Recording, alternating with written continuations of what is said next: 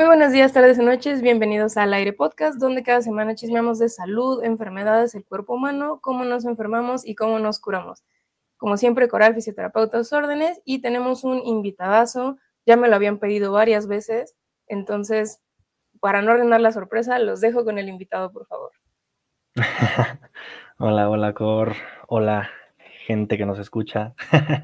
Mucho gusto. Mi nombre es Alan García Berra. Soy terapeuta físico. Soy maestrante todavía. Todavía no soy maestro, soy maestrante en ciencias de la salud. Me dedico a atender pacientes oncológicos, pacientes con enfermedad renal y también soy docente universitario. Soy maestro de fisioterapia. Y pues nada, a eso me dedico, en esas áreas de la fisioterapia me muevo y pues bueno, ese soy yo. Muy bien, pues bienvenido, muchas gracias por aceptar la invitación. Y de todo este acervo cultural que debes tener por ciencias de la salud y experiencia profesional, ¿qué nos vienes a platicar hoy? Ok, Cor, pues hoy vengo a hablar un poquito de fisioterapia en enfermedad renal. Siempre que uno platica de fisioterapia en áreas no comunes o distintas a lo que normalmente las personas conocen o inclusive los fisioterapeutas, perdón, conocen, pues resulta algo extraño, ¿no? Pensar qué puede hacer un fisioterapeuta, que normalmente la gente tiene la idea de que hacemos rehabilitación musculoesquelética, o si acaso ya hay una idea más esparcida tal vez en cuanto a la neurológico.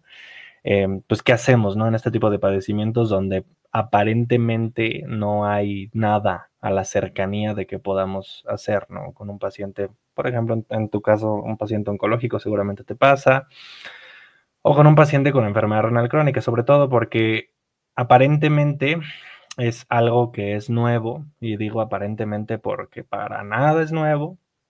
Desde 1930 existe evidencia científica que se ha ido generando en relación a la intervención de rehabilitación en general y de fisioterapia con pacientes con enfermedad renal crónica. Sin embargo, pues debido a dificultades que existen para su implementación en la clínica, y debido a que yo un problema que veo mucho aquí en México es que no está incluido en los seguros, o bueno, obviamente no está incluido en los servicios públicos, ¿verdad?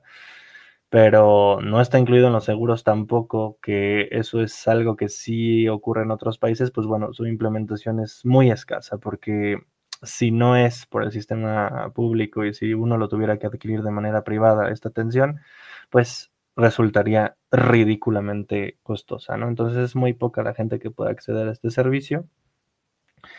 Y pues bueno, para quien no sepa qué es la enfermedad renal crónica, que es de lo que vamos a hablar ahorita, porque ya me dio una introducción a unas cosas sin tal vez definir qué es propiamente. La enfermedad renal crónica es una alteración en la función y o estructura del riñón por un tiempo mayor a 3 meses, con una disminución de una cosa que se llama tasa de filtración glomerular por debajo de 60 mililitros por minuto por 1.73 metros al cuadrado. Y entonces, a partir de esta alteración de la función o estructura del riñón por debajo de, es que se empiezan a caracterizar 5 etapas de lo que es la enfermedad renal crónica.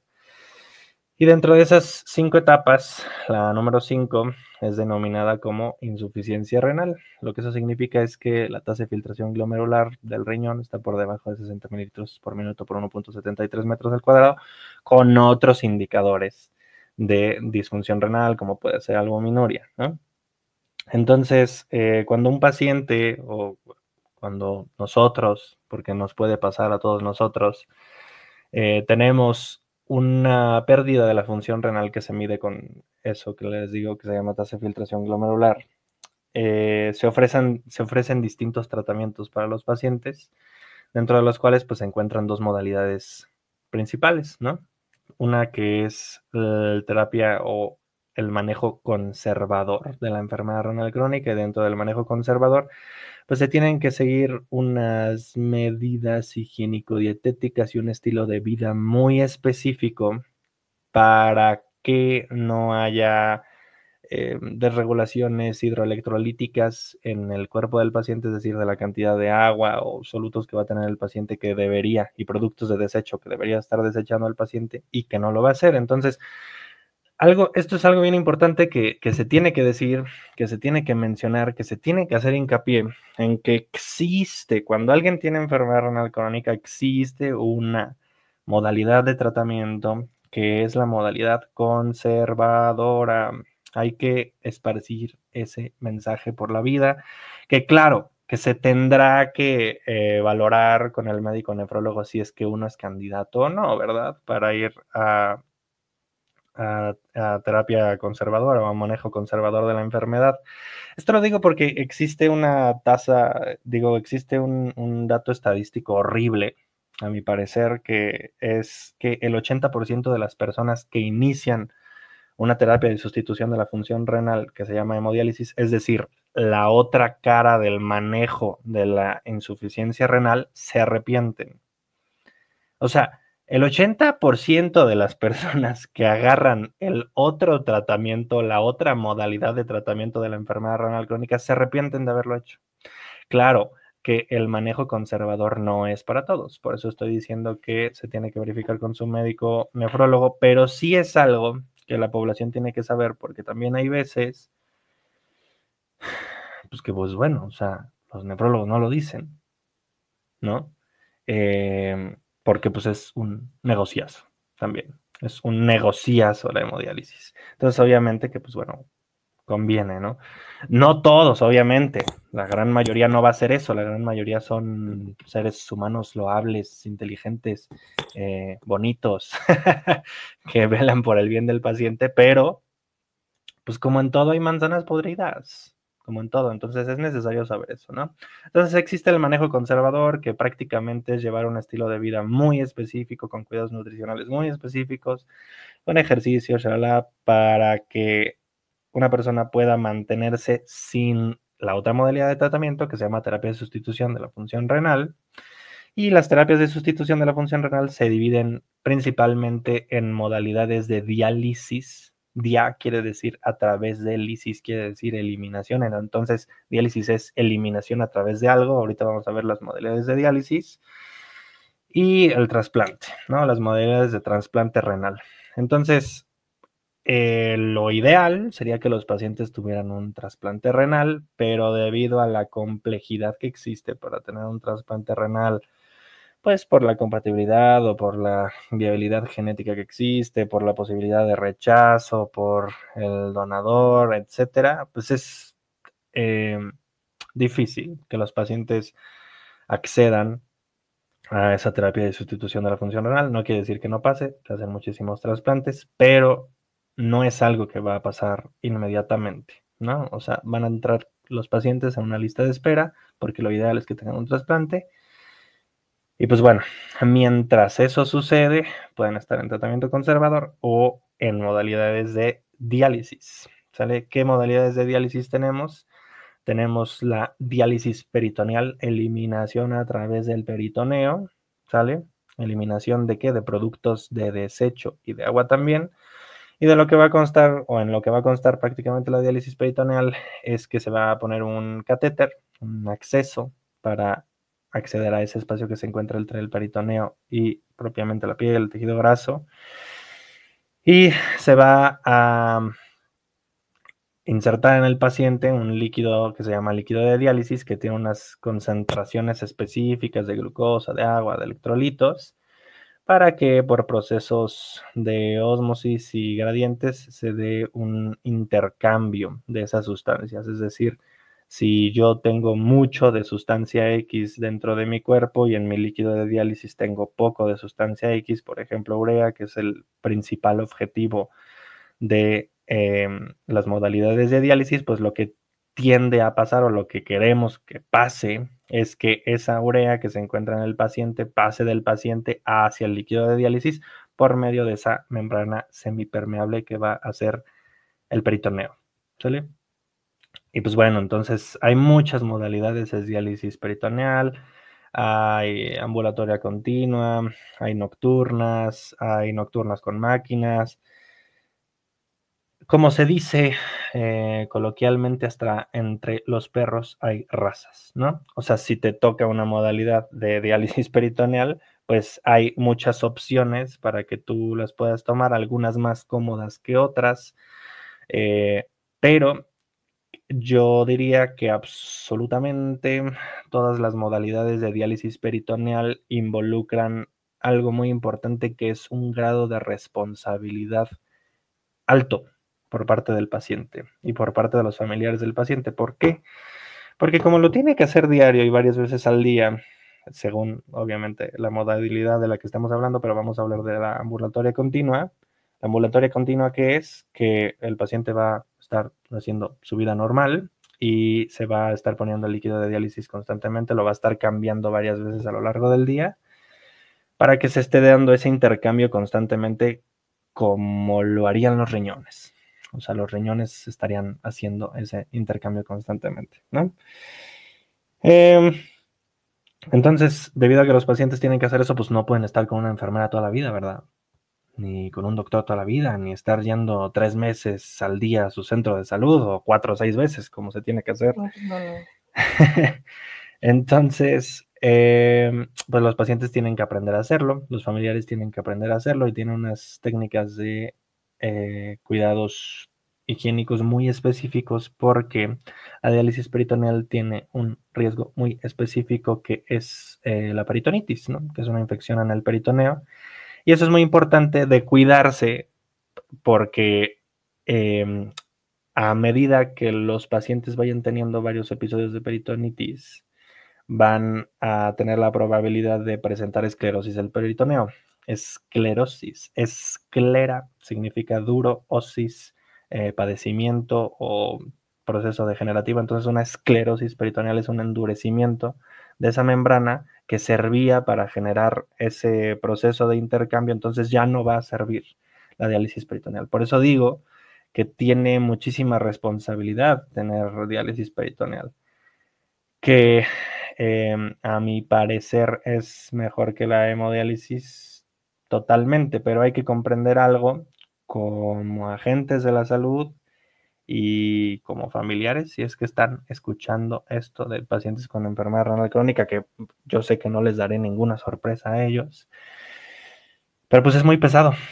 Tener enfermedad renal crónica es muy pesado, porque son años, y son años de estrés, son años de ansiedad, son años de tener en la idea, tristemente, porque eso es lo que pasa, que cuando uno le dice que tiene una enfermedad renal crónica, suena a una sentencia de muerte, ¿no? Y entonces pasa mucho eh, que empieza un proceso psicológico en el cual pues hay una identificación de que lo único que me mantiene vivo es tener esta bolsa, o sea, hacer uso de la diálisis peritoneal o estar en hemodiálisis, ¿no? Pues situación que es muy difícil. Por eso es que tiene que haber un acompañamiento en un mundo ideal, lleno de ponis, todo rosa, con psicología, eh, pues para que no se agrave esta situación, ¿no? Pero, y bueno, mencionaba esto porque llega a ser muy difícil justamente por eso, y por eso es que la mayoría de las personas opta por la hemodiálisis, porque estar muchos años con una patología pues cansa, ¿no? Y uno quiere dedicarle el menor tiempo posible al cuidado de esa patología, porque lleva años con esa condición. Y entonces que te digan que tienes que estarte cuidando todos los días, 4 a 6 veces, y que tienes que hacer un circo, que tienes que poner la bolsa, que tienes que desinfectar, que tienes que poner, que tienes que quitar, que ya te la pusiste, que ahora le vete para allá, que ya pasó cierto tiempo, que ahora cámbiatela, pues es cansado. Entonces es por eso que la mayoría de los pacientes opta por otra modalidad de tratamiento, que es la terapia de sustitución de la función renal, variante hemodiálisis, ¿no? ¿Qué es la hemodiálisis? Bueno, la hemodiálisis consta de hemo, sangre, dia, eliminación, digo, dia a través de lisis, eliminación, ¿no? Entonces, eliminación de los desechos a través de la sangre. Y entonces, para que un paciente esté en hemodiálisis, pues se necesita algo muy específico, que es un acceso vascular. Ese acceso vascular puede ser por medio de catéteres permanentes. Hay distintos tipos de catéteres permanentes o fístulas arteriovenosas, que las fístulas arteriovenosas son anastomosis, o sea, juntar como si fueran unos cables, como si fueran unas tuberías, venas con arterias en el brazo. También hay anastomosis, hay fístulas con injertos que pueden estar localizadas en otras partes del cuerpo, pero bueno, las más comunes que vamos a encontrar aquí en México son las fístulas arteriovenosas con venas y arterias del brazo, o sea, esa conjunción de venas y arterias del brazo, para obtener la sangre del paciente y hacer un proceso en el cual pues se va a limpiar, vamos a decirlo así, entre comillas, se va a depurar de desechos tóxicos de esa sangre a través de lo que va a ser un riñón artificial, entre comillas, bueno, no entre comillas, perdón, un riñón artificial, sí, eso es, literalmente, que es un dializador, ¿no? Entonces las máquinas de hemodiálisis tienen un filtro que va a estar compuesto de muchas fibras muy pequeñas, más o menos unas 20,000 fibras pequeñas que van a ser como popotitos, por los cuales va a estar pasando la sangre y alrededor, vamos a imaginar que es un vaso con popotitos, así, tac, tac, tac, tac, tac. Y entonces por los popotitos va a pasar la sangre y alrededor de esos popotitos va a haber lo que es el líquido de diálisis y esa va a ser la membrana semipermeable por la cual se va a estar dando ese intercambio de desechos que están en el cuerpo, ¿sale? La gran mayoría de los pacientes opta por estar en hemodiálisis o en contraste con la diálisis peritoneal, pues porque requiere poca responsabilidad en el proceso, ¿no? ¿Qué quiere decir esto? Pues que ellos no van a hacer pues prácticamente nada en el proceso, ¿no? ¿Qué quiere decir eso? Pues que las enfermeras los van a conectar, que el médico nefrólogo en caso de que esté ahí o las enfermeras van a modificar los parámetros de la máquina para que se pueda llevar a cabo la terapia de hemodiálisis y pues ellos prácticamente lo que van a hacer pues es que van a estar existiendo durante la terapia de sustitución de la función renal de hemodiálisis para que se depure su sangre, ¿no? Y durante el proceso de hemodiálisis que dura de 4 a 6 horas, depende de la modalidad de la hemodiálisis, lo más común es que sean 4, pues se pueden presentar varias complicaciones que ahorita vamos a ir con eso, porque eso es parte de lo que hacemos como fisioterapeutas en la enfermedad renal crónica. Pero antes de eso voy a contar un poquito más acerca de la experiencia tal vez personal o vivencial que puede tener un paciente con enfermedad renal crónica y de la cual tenemos que ser empáticos como agentes de la salud.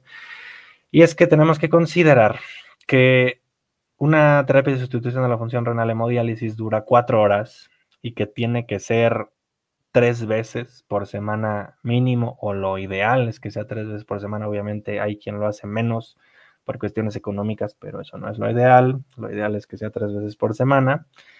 Y hay que considerar también que los pacientes, todo esto lo estoy mencionando para comprender un poco de la psicología de los pacientes que están en hemodiálisis, porque Claro, es un contexto sí, particular. O porque sea, aparte, luego, perdona ahí sí, no, no, no, porque no. muchos fisios me van a entender, y personas en general, tenemos muy fragilizado al paciente con hemodiálisis. Ujú. Entonces sí, que creo que sí es importante ir entendiendo toda esta parte porque sí cambia mucho el cómo perciben su enfermedad, el cómo interactúan, el cómo todo, porque para llevarlos a la parte de Rehabi, pues ponerlos a hacer ejercicio y Claro, ya. exactamente. Pero, adelante, Y, y, perdón. y justamente pasa eso, no, no, no, gracias por hacer esa intervención. Y justamente pasa eso bueno, es eso que dices, y después viene el otro lado de la moneda, donde como oficio te instruyen o ves que alguien está haciendo ejercicio con un paciente en hemodiálisis, y tú dices, qué fácil, es por ahí, vamos a hacer ejercicio, viva la vida, que es, no.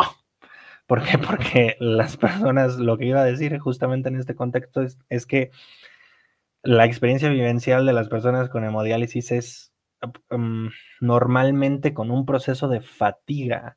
Y la fatiga no necesariamente o inmediatamente está causada por un término biológico, que sí, que tienen aspectos biológicos muy importantes que los van a hacer tener fatiga, pero por un tema psicológico.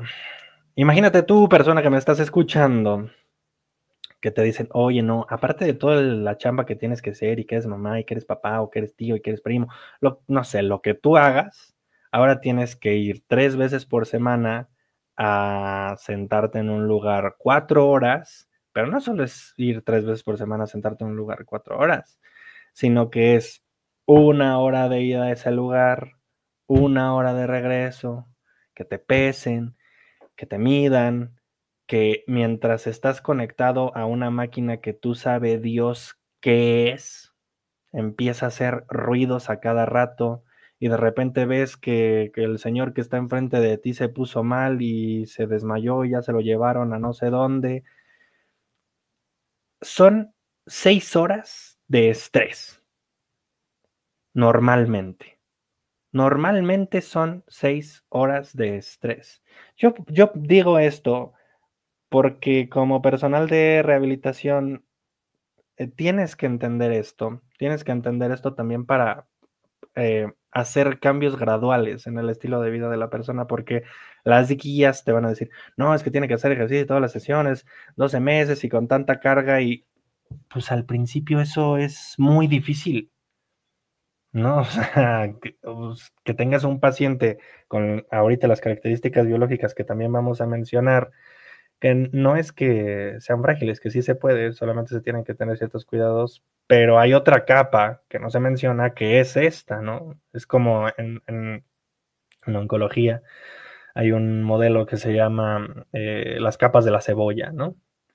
Que son las capas de complejidad que existen en un paciente, ¿no? Donde, pues primero está la capa del cáncer, y luego la capa de las secuelas del cáncer, y luego la capa de las comorbilidades que tiene un paciente con cáncer, y luego la capa del aspecto socioeconómico de los pacientes con cáncer, y luego la capa de la capa, ¿no? Que son cosas que afectan para poder llevar a cabo cualquier tratamiento o para poderte relacionar o para poder entender a una persona que tiene un problema, y eso es algo que voy a recalcar aquí mucho otra vez, porque somos personas atendiendo personas, no somos robots que saben cosas atendiendo personas.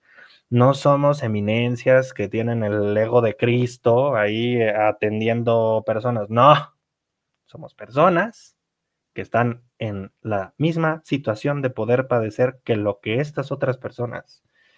Eso para mí es algo muy importante, porque solo así, solo con, a mi parecer, con ese vehículo de entendimiento es que puedes generar una empatía, y solo desde ahí es que también te puedes empezar a formar bien en relación a lo que tienes que hacer, ¿no? Porque también eso es algo, pues, que varía mucho. Entonces, eh, teniendo esto en cuenta, teniendo que los pacientes con hemodiálisis tienen normalmente toda esta situación, arrastrando de años un problema, una situación, y que tú vas a querer llegar a que hagan ejercicio, eh, tienes que considerar o tienes que saber por qué quieres que hagan ejercicio, ¿no? Porque también eso es como algo que como maestro en universidad veo también, que ya es como que ahora es una moda el ejercicio y ya no se cuestiona por qué, ¿no? ¡Ah! Tiene que hacer, ¿qué tiene que hacer el neuro ejercicio? ¿Qué tiene que hacer el onco ejercicio? ¿Qué tiene ejercicio? ¿Pero por qué? No, o ¿Y sea, lo cuál? ¿Y valioso, cómo? ¿Y en qué momento? Sí, exactamente, claro.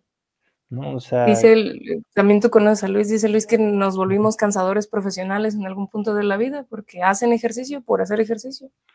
exactamente, ¿no? Entonces, eso es otra cosa de lo que mencionaba en relación de saberse una persona siendo empática con otra persona, ¿no?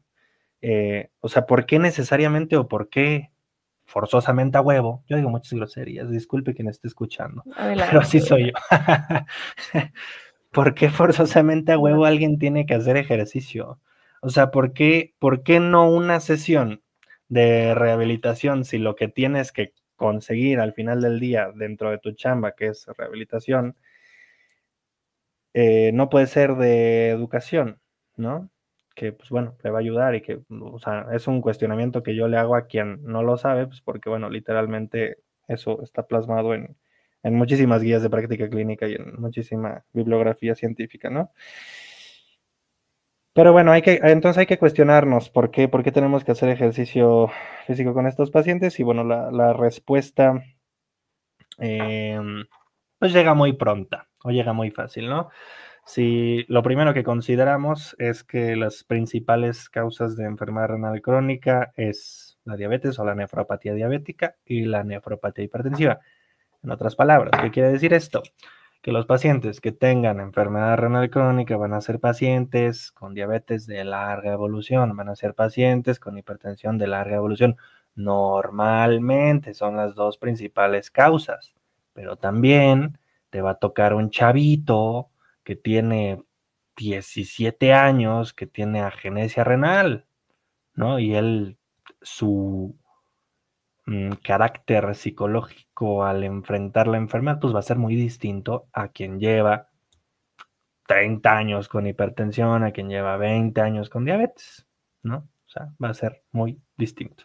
Entonces, eso es lo primero que tenemos que comprender y obviamente mucho viene de la mano la cuestión cardiovascular, ¿no? Entonces, la principal razón, vamos a dividirlo, a desmenuzarlo así, pues van a ser los beneficios cardiovasculares que los pacientes van a obtener de hacer ejercicio físico, ¿no? Entonces, así como una comparación que yo le hago a los alumnos es que hay muchas condiciones que son hijas del mismo mal, solamente que manifestadas en distintas regiones, ¿no? O sea, por ejemplo, un EBC puede tener como etiología diabetes de larga evolución y hipertensión de larga evolución, ¿no?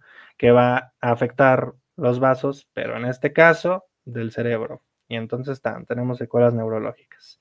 Enfermedad arterial periférica, exactamente lo mismo, pero de arterias periféricas del cuerpo. Infarto, exactamente. Infarto de miocardio, exactamente lo mismo, pero en el corazón. Enfermedad renal crónica, medianamente lo mismo, obviamente, bueno, no es exactamente lo mismo lo que mencioné en ninguna, pero son condiciones que afectan los vasos de X órgano y que lo hacen disfuncional, ¿no? Entonces, no es sorpresa que así como en la rehabilitación cardíaca el ejercicio mejora la condición cardiovascular y también lo hace en el EBC, pues también lo va a hacer en el paciente con enfermedad renal crónica. Tomando en cuenta y hablando específicamente de que la enfermedad renal crónica es un continuum, vamos a decirlo así, de patología muy grande, ¿no? Porque normalmente, por lo menos yo cuando hablo también por mi formación, porque mi tesis fue de maestría tratar pacientes con enfermedad renal crónica etapa 5, o sea, insuficiencia renal, normalmente se llega a perder la información en eso, ¿no? De que, bueno, uno empieza a intercambiar esos términos como si fueran lo mismo, pero no son lo mismo. Hay que recordar que existen 4 etapas antes de la enfermedad renal crónica donde el paciente tiene lo que se llama terapia de preservación de la función renal. Quiero preservar la función renal que tengo antes de llegar a insuficiencia renal, donde es difícil y es muy cansado tratarlo, ¿no?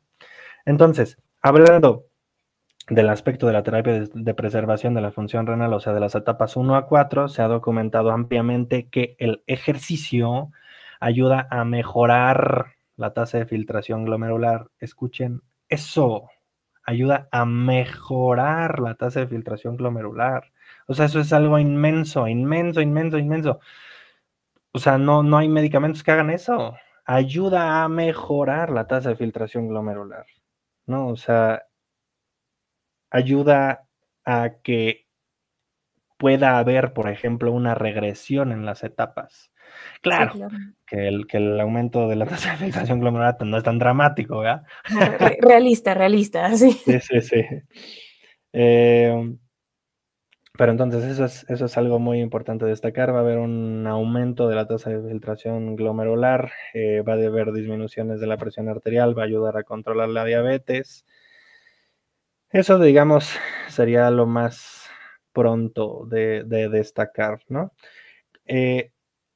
Ya cuando estamos hablando de insuficiencia, bueno, en terapia de preservación de la función renal, claro, con cuidados que tiene que tener otros cuidados que tiene que tener el paciente con terapia de preservación de la función renal, como puede ser una dieta, perdón, baja en proteínas, baja en sal, ciertos aspectos farmacológicos, etcétera, ¿no?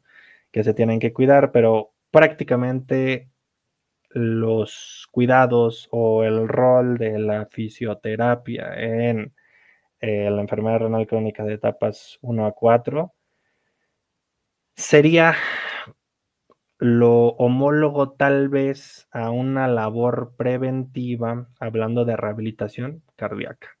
Exactamente lo mismo, solamente que pues va a tener distintas métricas, ¿no? O sea, vamos a estar buscando que mejoren otras ciertas cosas. Y esto es algo que también le digo a mis pacientes y esto es algo que también pasa en muchas áreas de la rehabilitación, que, no, yo trato riñones. No, entonces no puede tener cáncer porque yo trato riñones. No, yo trato EBC, no, entonces no puede tener diabetes porque yo trato neuros. No, pues la diabetes, quién sabe cómo se trata, porque yo trato un neuro. Pues no, resulta que tu paciente es una amalgama que tiene todo. Y entonces hay que saber, claro, a ver, no vas a ser, o sea, no vas a ser el experto en rehabilitación cardíaca si eres neuro, pero pues tienes que tener nociones básicas, pues porque Pero, va. ajá, Ajá. sí, porque aparte es raro el paciente, muy raro el paciente en este tipo de escenarios que no tenga otra enfermedad de base que lo llevó a la otra o que es desencadenado por la enfermedad, o sea, nunca pasa lo mismo. Tienes pacientes que es muy raro que solo tengan el diagnóstico oncológico, tienen hipertensión, tienen diabetes, tienen insuficiencia renal o tienen alguna cardiopatía, o sea, sí. Exactamente. Es como podemos ver las principales causas de mortalidad y podemos traquear esos males, ¿no? O sea, la diabetes, la hipertensión, pues que van a causar muerte, que van a causar infarto, que van a causar cáncer. Entonces, pues obviamente lo que tú dices, o sea, es obvio prácticamente que van a venir con más, ¿no? Inclusive, por ejemplo, quien trata trauma, que eso pasa mucho en esa población de fisioterapeutas, ¿no? Que como que ignoran y dicen, esas mamadas de hipertensión, de diabetes, aquí no llegan. No mames, bro. ¿Cómo, o sea, cómo vas a creer Bueno, eso, ajá, no? O ajá. sea, prácticamente, o sea, un gran porcentaje de la población mexicana tiene hipertensión y diabetes. O sea, Justo, estábamos viendo para un proyecto justo como, no hay tantos diabéticos, como no. O sea, no se han detectado, no hay como, porque también, al menos donde yo estoy, pasa, ¿no? Que si no es asociado al tu proceso neoplásico, no te van a atender de eso, te van a mandar a tu centro ujú, de salud, te van a referir a otra institución. Entonces, no es que no los haya, es que no lo estamos atendiendo, no lo estamos viendo. Y están súper infradiagnosticados, pero están ahí y es parte de ese mismo contexto, o sea, porque una enfermedad te va a llevar a la otra. Los pacientes con EPOC que van a tener insuficiencia cardíaca y ahora son cardiópatas también, o sea, y si tienen una cardiopatía, pueden tener una nefropatía, ¿no? exactamente, y así se Así va se va sumando, el y pues tienes que caminito. tener el contexto, exactamente. Sí, exactamente. Entonces, hay un problema ahí, a mi parecer, con una visión como muy de nicho, también por las cuestiones de los tiempos que vivimos, ¿no? O sea, donde hay una tendencia a la hiperespecialización. Eh, pero yo los invito a que no piensen así, ¿no? O sea, que a pesar de que tú te quieras poner los lentes de ser fisioterapeuta oncológico, pues tus lentes solamente tienen que tener, si eres fisioterapeuta oncológico, digamos, un grado extra para lo oncológico, pero no tienen que ser unos lentes de oncología, tienen que ser unos lentes de persona que puede tener absolutamente todo y que, claro, yo tengo un poco de conocimiento más refinado para poder identificar esas cuestiones relacionadas con la oncología. Pero hacerlo al revés, pues es infantil. O sea, sería infantil pensar que porque tratas cardios no te van a llegar nefrópatas, que porque tratas cardios no te van a llegar oncológicos. Ahí está el claro ejemplo, ¿no? O sea, mucho tratamiento oncológico genera toxicidad cardíaca y si haces rehabilitación cardíaca te van a llegar oncos. Y si haces onco te van a llegar de rehabilitación cardíaca. Entonces tenemos que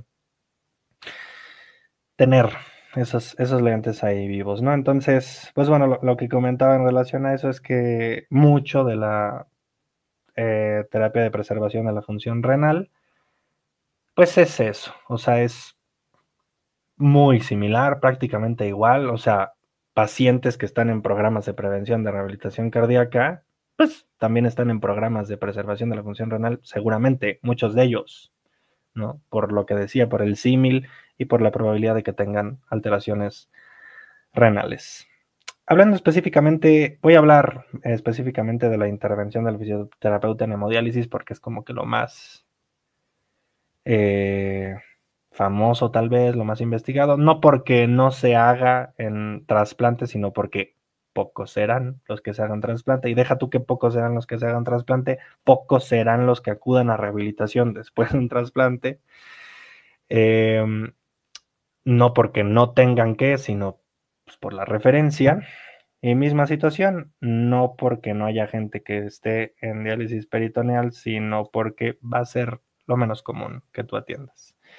Aunque también tiene su panorama de actuación muy específico, que bueno, no es tan difícil tal vez, o no requiere no tiene tantas aristas como puede ser la intervención intradialítica. Entonces, como decíamos, los pacientes van a pasar mucho tiempo de su vida en la sesión de hemodiálisis, la gran mayoría sin hacer nada, durmiendo, tristeando, ¿no?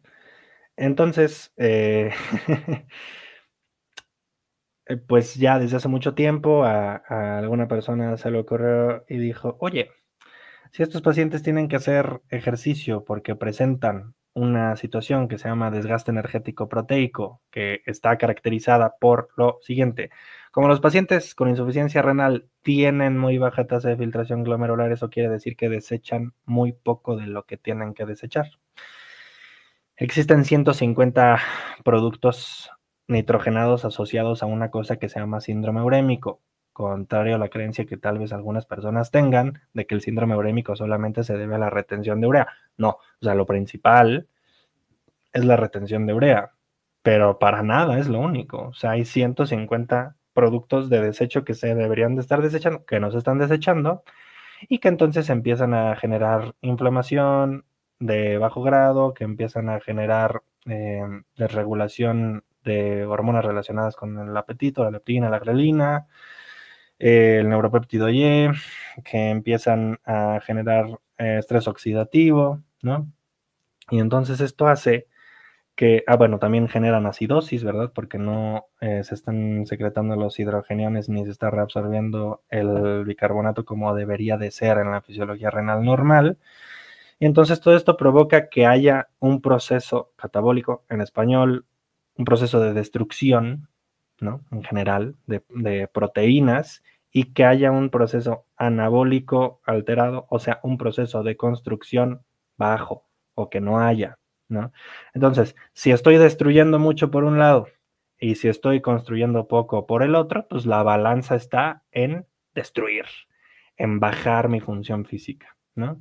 Y eso se va a asociar a que los pacientes tengan sarcopenia, que bueno, la definición tradicional de sarcopenia o la que tú puedes encontrar en la bibliografía es la reducción de la masa y fuerza muscular asociada al envejecimiento, ¿no? Pero en este caso es una sarcopenia inmediatamente dirigida hacia un proceso de enfermedad renal. O sea, va a haber una pérdida de masa y fuerza muscular por el desgaste energético proteico que van a tener estos pacientes, ¿no? Y también van a presentar caquexia, que es pérdida de masa en general, masa muscular, masa grasa, etcétera, ¿no? Otra cosa que altera a estos pacientes es que la retención de ciertos compuestos nitrogenados, como por ejemplo la urea, es tóxica para los nervios. Y mucha de esta toxicidad se manifiesta en el sistema nervioso autónomo. Y entonces esto empieza a causar una cosa que se llama disautonomía o alteración del sistema nervioso autónomo, que va a hacer que los pacientes tengan alteraciones para percibir ciertos cambios específicos que van a estar ocurriendo en la hemodiálisis. Ahorita voy a hablar de qué cambios, como dar un spoiler. Sobre todo el cambio que se va a fracasar para presentar en estos pacientes o que pueden no presentar sintomatología es que lo que se va, una de las principales misiones en la hemodiálisis es quitarle agua al paciente del cuerpo, ¿no? Pues porque adivina qué, eso lo hacían los riñones, pero pues ya no lo hacen. Entonces le tienen que quitar carga, le tienen que quitar volumen. Y en ese proceso de quitar carga, de quitar volumen, el sistema nervioso autónomo debería de ajustarse porque, explicado de manera sencilla, normalmente uno tiene su sistema de tuberías del cuerpo lleno de agua, ¿no? Y entonces tengo unas tuberías más anchas que llevan una mayor corriente de agua, o sea, sangre, y tengo unas tuberías más delgaditas que llevan otra corriente de agua. Y imagínate que lo que va a pasar es que se mantiene, tenemos esa bomba, que es el corazón, y tenemos ese sistema de tuberías, y entonces se va a mantener constante esa velocidad, va a haber agua por todo ese circuito de tuberías y de bomba, y lo que va a pasar en la hemodiálisis es que de repente se va a incluir otro circuito de tuberías y se va a estar quitando agua por ese circuito de tuberías y a veces muy rápido. Entonces, cuando se quita muy rápido esa agua de ese circuito de tuberías, lo que puede pasar es que una tubería que tal vez era muy gordita y que llevaba agua que iba por ahí, ¡pum!, ya no tiene agua, ¿no? Y entonces eso se empieza a manifestar como hipotensión, que es una de las principales complicaciones que ocurre en la hemodiálisis y que, relacionado con lo que hablaba, muchos pacientes no presentan síntomas de eso, cosa que es un peligro. Un Sí. peligro, ¿no? ¿Por qué? Porque si tú quieres hacer ejercicio con un paciente que tiene hipotensión, por ejemplo, una de las consecuencias que puede generar es que debido a esa hipotensión presente microinfartos, ¿no? Entonces, es una de las... ¿Querías decir algo? No, Ah, justo que escuchen lo que vas a decir, porque por eso hay que tomarle signos a los pacientes sí. antes, durante y después de la terapia. Entonces, ese es uno de los principales componentes de alteración que nosotros tenemos que estar cuidando a la hora de tratar pacientes en hemodiálisis que pueden presentar hipotensión intradialítica debido a una toxicidad neurológica que van a presentar, que va a hacer que tengan una disautonomía, ¿sale?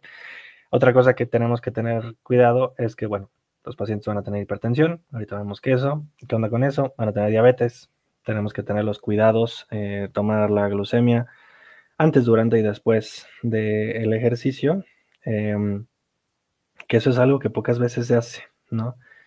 Igual, otra vez, hay que recalcar mucho eso. Se tiene que tener un balance, un control adecuado del ejercicio que se va a realizar en base a la cantidad de glucosa que existe en el paciente, ¿no? Porque puede ser muy peligroso, puede ser que aparte de la hipotensión intradialítica que puedan tener, ahora tenga hipoglucemia y ahora sí, te metiste en un problemón con el paciente, contigo, con la clínica, con la ley, con todo el mundo. Entonces a nadie le conviene, ¿no? Ese es otro de los cuidados que tienes que tener. Otro de los cuidados que tienes que tener es que van a tener disfunción ventricular estos pacientes. La gran mayoría de los pacientes que tienen enfermedad renal crónica que están en hemodiálisis tienen disfunción ventricular no diagnosticada. Entonces va a ser como si estuvieras tratando pacientes con insuficiencia cardíaca sin que tú sepas, ¿no? Pero ya, ahora que escuchaste eso, lo sabes y sabes que, pues, lo ideal es que los pacientes se hicieran un screening antes del tratamiento, ¿no? Un eco para modificar ciertos factores relacionados con el ejercicio físico. Va a ser difícil, sí va a ser difícil, pero es tu tarea. decirlo, ¿sale? Y por lo menos tenerlo en la mente, tenerlo en la cabeza. ¿Qué otras cosas pueden tener los pacientes con enfermedad renal crónica? Que es importante de considerar. Pueden tener una cosa que se llama osteodistrofia renal. La osteodistrofia renal está caracterizada por el mal equilibrio de calcio que hay en el cuerpo de un paciente que tiene insuficiencia renal. Entonces, ¿qué pasa? No saco fosfato del cuerpo y no saco calcio en el cuerpo, entonces hay o empieza a haber mucho calcio y fosfato en el cuerpo y el fosfato empieza a secuestrar el calcio. Y entonces lo que detecta el cuerpo es, no tengo calcio, ¿no? Detecta que no tengo calcio porque acuérdense que la 1,25 dihidroxivitamina D se sintetiza en los riñones. Entonces no voy a tener la capacidad de absorber calcio. Uno, por eso voy a tener poco calcio. Dos, el calcio que tenía se lo va a secuestrar el fosfato. Y después lo que va a suceder es que la paratiroides va a detectar esa ausencia de calcio y entonces va a empezar a secretar hormona paratiroidea, va a activar los osteoclastos van a empezar a hacer resorción ósea porque dicen, pues puta madre, no tengo calcio, ¿de dónde saco el calcio? Pues del hueso, ¿no? El hueso tiene un buen de calcio y entonces empieza a haber más calcio, pero empieza a secuestrar el fosfato y es un ciclo vicioso que termina en que haya una mala densidad y estructura ósea, ¿sale? Y eso es algo que tenemos que considerar por si hacemos una intervención de ejercicio interdialítica. Aquí hay algo que aclarar. Intradialítica, intra es dentro de, dialítica de diálisis, ¿no? Entonces el ejercicio intradialítico es el que sucede dentro de la hemodiálisis. Y el ejercicio interdialítico es el que sucede entre las sesiones de hemodiálisis, o sea, los días que no va a hemodiálisis el paciente. ¿Cuál es el que tiene un mayor porcentaje de adherencia? La modalidad intradialítica. ¿Por qué? Pues por lo que dijimos, tanto como al paciente, tanto como al médico, tanto como a nosotros. O sea, nos hace una gran idea que haga ejercicio durante la sesión de hemodiálisis. Pues ¿por qué? Porque solo se duerme. Y porque eso se ha visto que disminuye el estrés, que disminuye la ansiedad, que mejora su calidad de vida relacionada a la salud, que mejora sus valores de presión arterial, que controla la glucemia, que mejora la depuración de urea, o sea, hace más efectiva la hemodiálisis. Eso es otro dato inmenso. El ejercicio físico intradialítico mejora la eficiencia de la hemodiálisis. Claro, otra vez, otra cosa que hay que considerar es que los parámetros de que se haga mejor la hemodiálisis o no, tristemente, solo consideran la depuración de urea, pero pues para nada es lo único que depurar, ¿no? Como dije, existen otros 150 compuestos que, bueno, se tendrían que estar depurando, que hay otras modalidades, por ejemplo, la hemodiálisis de alto flujo, que puede quitar, porque también dentro de la hemodiálisis hay varias hemodiálisis. Pero bueno, entonces mejora eso, mejora la fuerza muscular, mejora la masa muscular. ¿Qué otra cosa? Por lo pronto, no sé, no se me ocurre ningún... también, perdón, disminuye la disfunción ventricular de los pacientes.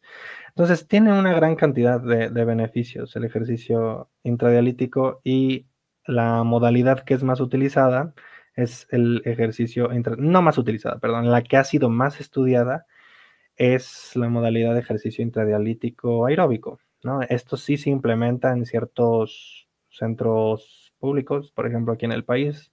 Tengo entendido que en el Instituto Nacional de Cardiología hacen ejercicio intradialítico aeróbico. ¿Cómo es el ejercicio intradialítico aeróbico? Pues se hace con un cicloergómetro, así, simple y sencillamente.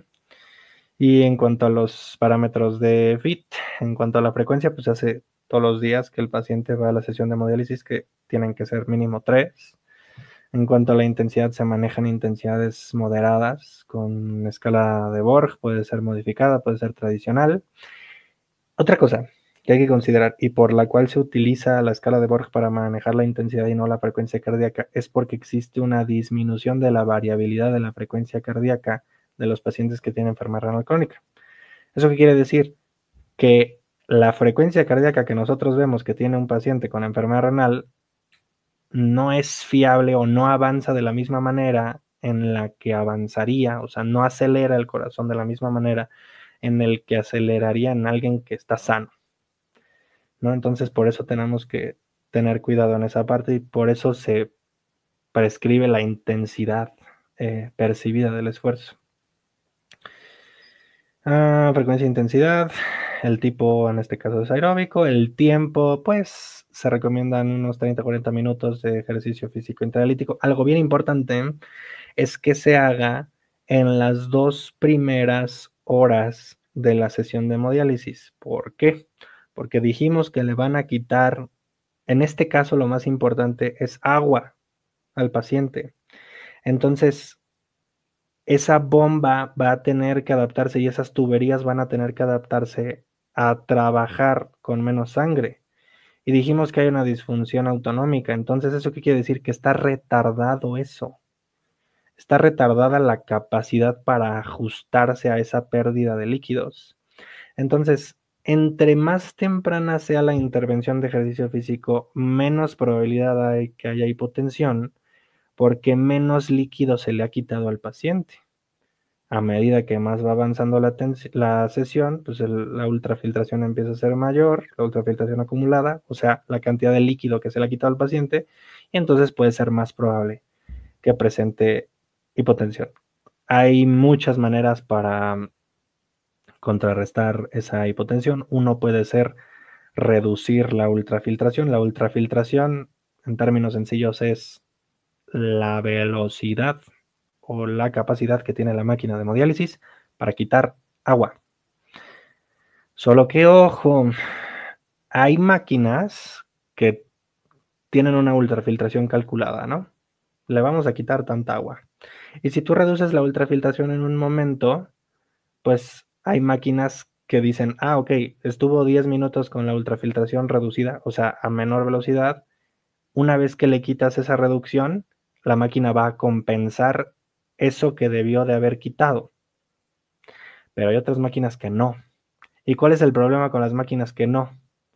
Que estás, en palabras muy groseras, vamos a decirlo así, jodiendo la sesión de hemodiálisis del paciente. ¿Por qué? Pues porque no se le está quitando el agua que se le tenía que quitar, porque tú, por alguna extraña razón, motivo que desconozco tal vez que pueda suceder, por no causarle o como método preventivo para no causarle hipotensión al paciente, le reduciste la ultrafiltración y entonces no alcanzó una sesión de hemodiálisis efectiva. Si es el caso, porque hay pacientes que pueden no responder bien al ejercicio intradialítico porque tengan hipotensión, pues no es candidato para hacer ejercicio intradialítico. ¿Por qué? O sea, ¿qué es mejor? ¿Que tenga su sesión de hemodiálisis o que haga, o sea, bien o que la tenga mal pero haga ejercicio? Pues que la tenga bien. Después buscamos cómo hacerle. No, o sea, es... entonces eso hay que considerarlo mucho. Bueno, entonces eso en cuanto a la intensidad, eso en cuanto al tiempo. Bueno, otra manera de reducir la hipotensión que se me olvidó mencionar es bajar la temperatura del líquido de diálisis. Eso es altamente efectivo.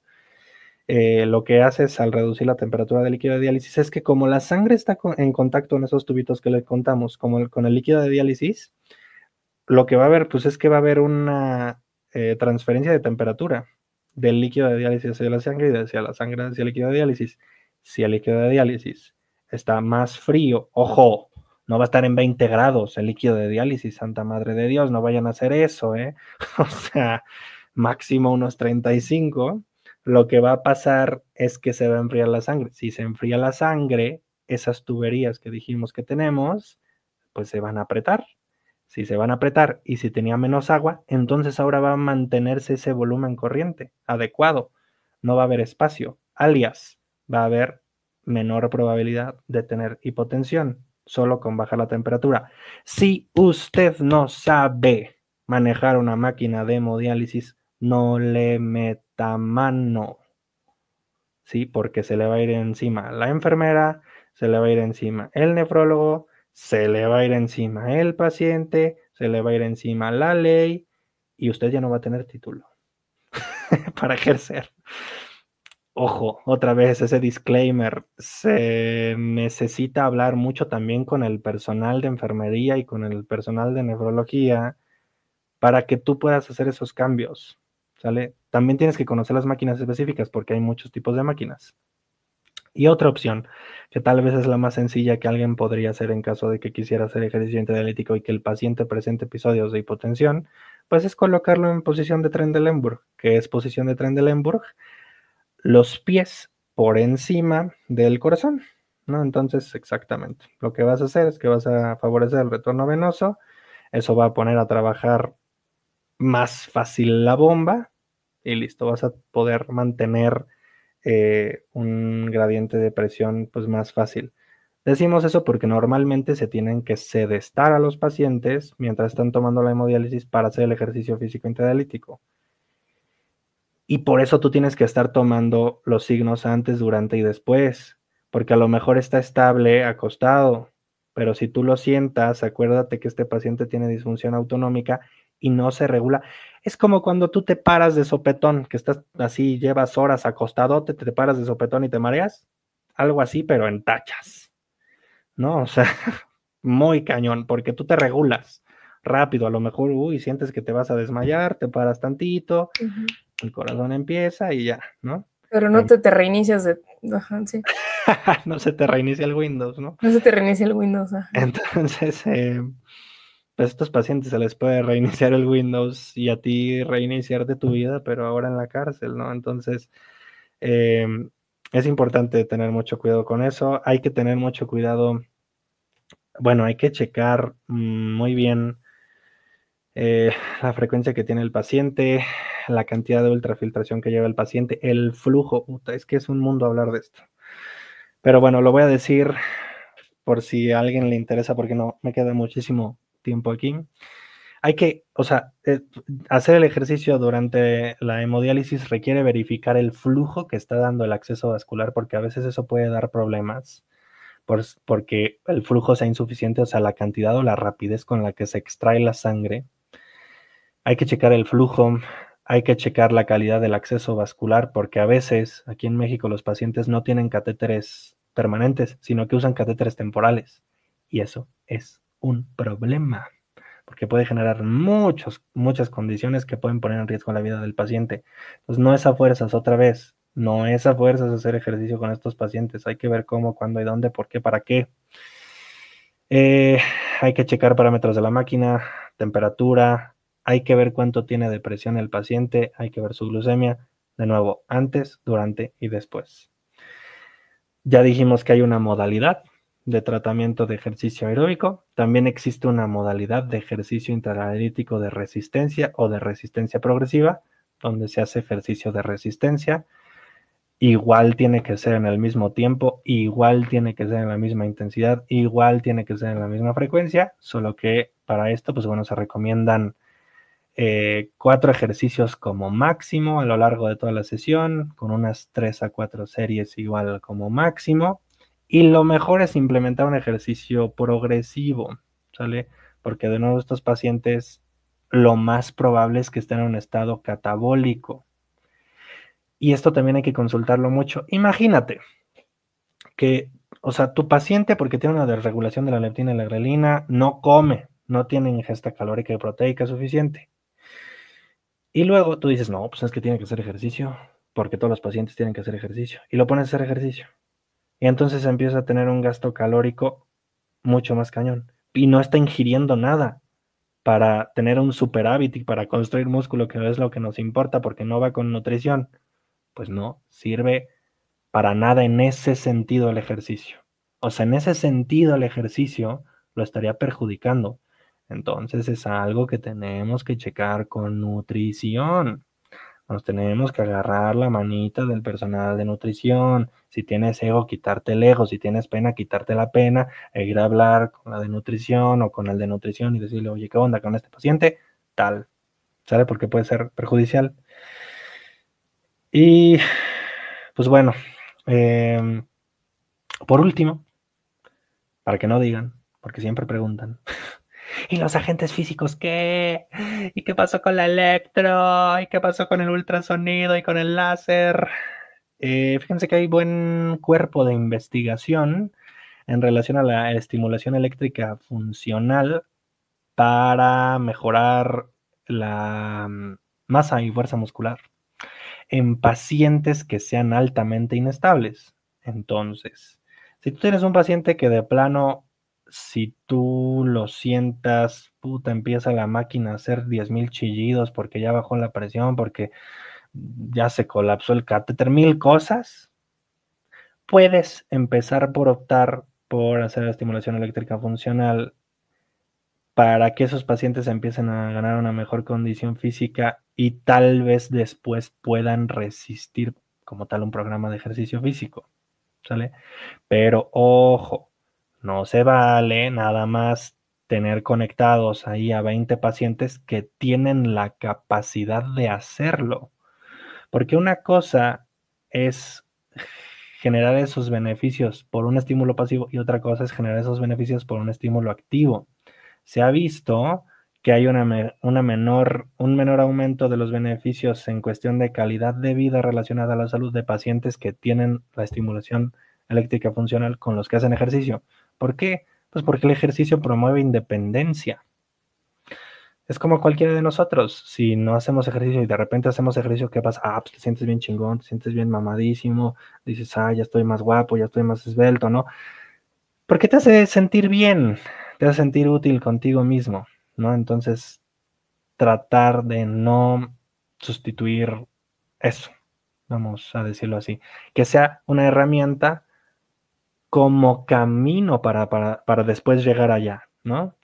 No como un fin de la terapia, vamos a decirlo así, o sea, que el fin no sea nada más poner electro, ¿no? A eso me refiero. Y pues bueno, cantinflé muchísimo, perdónenme, gente. Me fui de aquí para allá y No, está genial. regresé y luego aquí. Digo, Pero yo bueno, estoy encantada ya. Todos déjenos en comentarios qué le pareció. No, pues es súper interesante y justo es un área que creo que en la narrativa que fuiste llevando, nos fuiste llevando paso a paso, ¿no? Desde qué es la diálisis, qué pacientes se dializan, me qué intenté. hace o qué enfermedades te pueden llevar a que tengas esta diálisis, hasta llegar a la terapia. Entonces yo creo que estuvo bastante, bastante estructurado. No siento que sobrara absolutamente nada. Ahora, una pregunta final, porque sé que también lo van a preguntar porque lo preguntan mucho. Si quieren dedicarse, sobre todo los fisios que nos escuchan, a esta parte de fisio en el paciente nefrópata, se acercan contigo, dónde pueden formarse, qué les recomiendas.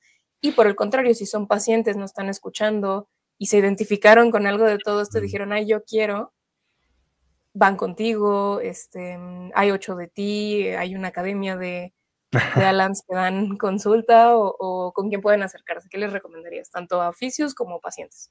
Muy buena pregunta. Es algo muy triste. En México solo conozco a otra persona, o sea, que yo conozca, que hace fisioterapia en enfermedad renal crónica y su atención, si no mal recuerdo, difiere a la mía en base a lo que él hace. O sea, él no trata tanto personas intradialíticamente, ¿no? Se llama nefroficio. Ahí, saludos al nefroficio. Este, es triste. Vamos a contestar primero en cuanto a temas de la formación. Es triste porque lleva muchísimo tiempo esto investigándose, tiene un cuerpo de investigación enorme, pero no hay gente. Deja tú que no haya gente en México. Según lo que dice los journals, pues no hay gente en Estados Unidos, no hay gente en Australia, no hay gente en Europa, no hay gente en España. Claro que empiezan a ver cada vez más en esos países. Como formación, pues me aventaste un balón perfecto para aventarme el comercial. Estoy desarrollando un curso que va a ser en línea justamente para poder abordar todas estas perspectivas en cuanto a la atención del paciente nefrópata, sobre todo muy enfocado a la atención en hemodiálisis. Se está desarrollando todavía, entonces espérenlo. Si no quieren por esa vía, porque se vale no querer por esa vía, o sea, no es obligación, lo que les recomiendo es formarse en rehabilitación cardíaca y leer pues, prácticamente bibliografía científica relacionada con el tema. Ya hay cada vez más, claro que no está sintetizado, ese es el problema, que mucha gente se va a encontrar que pues uno tiene que hacer mucho la chamba, porque no hay algo que te dé como que una formación muy pedagógica en ese sentido. Entonces, pues bueno, lo que le recomendaría sería tal vez esperar, si quieren, a que salga el curso. Y si no, me pueden escribir de una vez para que vayan investigando y para que vayan leyendo acerca del tema. Yo tomaría como caminito, pues repasen anatomía, fisiología renal, anatomía, fisiología cardiovascular, anatomía y fisiología vascular. Después leer fisiopatología y después leer tratamiento. Eso en cuanto a la formación. Me pueden encontrar en redes como Fisiolósofo. Y para los pacientes, sí doy consultas. En cuanto a esto, igual me pueden contactar como Fisiolósofo en las redes, sobre todo en Instagram, porque soy una persona que se estresa un poco, entonces no tengo las notificaciones activadas de mis redes. Pues lo más fácil que cheque es Instagram. Y la manera en la que lo manejo a veces es ayudándole a fisios que son de otros lados, yo ayudarles a decirles qué es lo que pueden hacer o cómo hacer o qué cuidados tienen que hacer para llevar a cabo el cuidado de un paciente, no sé, que esté en Monterrey, yo no estoy en Monterrey, o llevarlo en línea, ¿no? Que bueno, la intervención intradialítica sí es como muy específica que tiene que hacerla alguien, pero pues bueno, esa sería la manera. Mientras, como les digo, ya estamos trabajando en una formación para que este problema se resuelva, porque hay muy poca gente que lo hace, ¿no? Entonces, yo creo que eso va a abrir muchas puertas. Estás silenciada. Pues sí, ya me di cuenta. Es que por el ruido normalmente lo apago. Sí. Pues muy bien, triste noticia efectivamente, pero reconfortante saber que se está haciendo algo al respecto. Sí ubico también al nefroficio, saludos, él no me ubica a mí, yo a él sí. Saludos. Pues creo que quedó todo cubierto. De verdad, pues esperamos con emoción el curso. Igual se los vamos a estar compartiendo cuando lo lance. Ya se los mandamos nosotros también por todas las redes sociales para que puedan ir a acosarlo directamente con preguntas. Porque ya le pagaron, así que explótenle hasta el último centavo de conocimiento que hayan pagado, amigos. Va a valer la pena, como podrán haber notado. Pues muchísimas gracias por tu tiempo, por aceptar la invitación. Esperamos tenerte más adelante para platicar de más temas. Tenemos ahí un pollito pendiente de evidencia científica que también me encantaría platicar después. Y si no tenemos nada más que decir, pues agradecer a la gente que nos escucha, pacientes, fisios, familiares, quienes sean. Gracias por escucharnos, compartir, no olviden dar like, suscribirse, compartir y pues también dejen comentarios para Alan. La idea es que venga nuevamente o díganos, no, nunca más o sí. Ustedes decidirán el destino del caballero en este podcast. Pues muchas gracias. Yo creo que van a querer que vuelvas. Gracias, Coral, gracias por la invitación, gracias por el espacio, gracias a quien haya escuchado, gracias a los oídos atentos por ahí. Y pues sí, quedo aquí atento a cualquier duda, comentario, sugerencia, reclamo que tengan.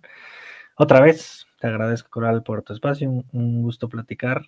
Y pues nada, aquí pendiente a lo que se diga después. Muy bien, y por último, ¿cómo te encuentran en redes, amigo? Me encuentran como Fisiolósofo, así me llamo, Fisiolósofo. O Alan Garfias, no sé si es algo así, pero bueno, Alan Garfias tal vez. Creo que sí. Sí. Bueno, van a estar las redes también abajo en la cajita. Ahí me pueden encontrar. Perfecto, muy bien. Pues gracias a todos y nos vemos en la próxima. Hasta luego. Bye.